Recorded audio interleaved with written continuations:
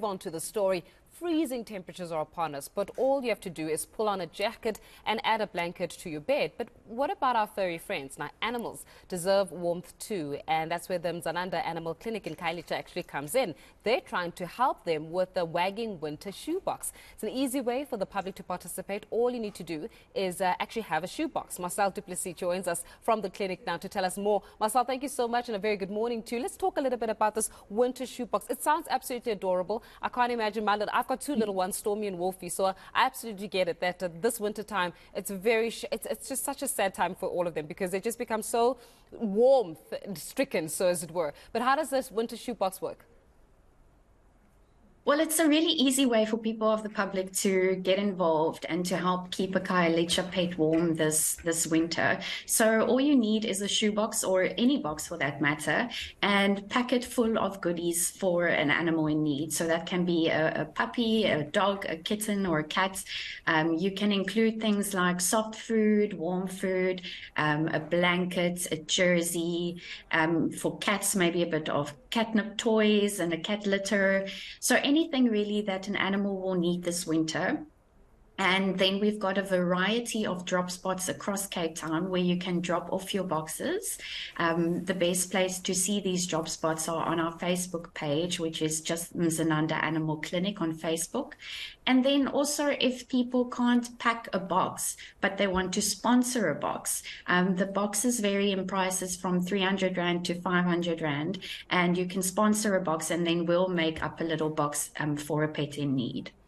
You know, let's talk a little bit about some of the stereotypical myths that seem to, perpetuate in society that animals don't necessarily need additional warmth. They've already got, fur on them, and that they don't need additional kind of, shoe boxes or care for that matter. Saying that especially the dogs that grow up in the townships, the likes of Rex and Rover and Danger, they find their own ways of survival. Just dispel some of those myths for us. Well, it is, animals do get cold. Even though they have fur on them, they still do get cold. And especially in winter when it's raining, wet fur is very cold. So we encourage people to, if they can, allow their animals to sleep inside during the night. Temperatures drop significantly, and we're seeing a lot of animals that are coming to our clinic with hypothermic states. And if an animal can't sleep inside, then at least have a little dog kennel for them with a blanket and a little bed so that they can have warm shelter against the cold.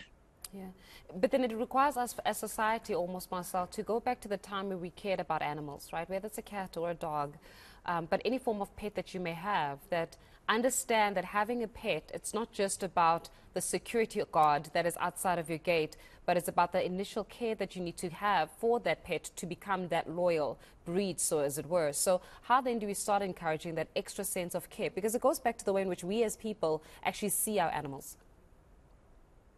Yes, absolutely. And I think it starts with the children of the community. We know we're doing a lot of outreach with the community children. Growing up with an animal just teaches you so many qualities like respect and companionship and non-violence and all these things that can sometimes go missing in a township situation because there's so much poverty and other needs. So really starting from young to help the children understand that pets are companions. They don't just have to protect the home, but they can protect the home and be your friend. And yeah, that's really where we're starting in the community. And we're doing a lot of outreach, door-to-door education, mobile clinic education with the adults as well. And we can see that there's a mind shift changing in the community where the animals are not only security members anymore, they're actually becoming friends as well. And that's just wonderful to witness. Yeah, but then what do we do now about certain communities that still use animals as a means of, getting them into a fight for the purpose of making money or betting on animals and the like? Because, as I said, it really is a mindset shift here where you start looking at the animal as a form of income or resource and then put them in these dog fights and then hurt these animals and then still have to, put the kind of the awareness on how to care for them. But how are we faring in that regard, especially when it comes to, because it could be little kids, it could be adults that use animals to actually get into these economic dog fights? Yes, that is unfortunate situation, especially with breeding. There's so many backyard breeders that are just breeding animals to a point where they can't even produce litters of puppies anymore. So it is unfortunately something we're still really struggling with, and that has a knock-on effect on us. You know, we have a shelter full of animals that need homes, and then you can just go buy a puppy on the corner of the street. So there is a new bylaw that enforces that if an animal is 6 months or older, it needs to be sterilized. But the problem is the enforcement of the bylaw is very difficult because there's just so many people. But it is still unfortunately a big problem, the backyard breeding. Yeah, very quickly as we wrap up, Marcelle, just tell us exactly what we need to do to be a part of this wonderful campaign. As I said, it's very beautiful because, you know, this is an opportunity for us to keep our little pets absolutely warm and cared for during this winter period, and especially for those that can't afford to, because some can't afford to look after their pets. How do we get involved?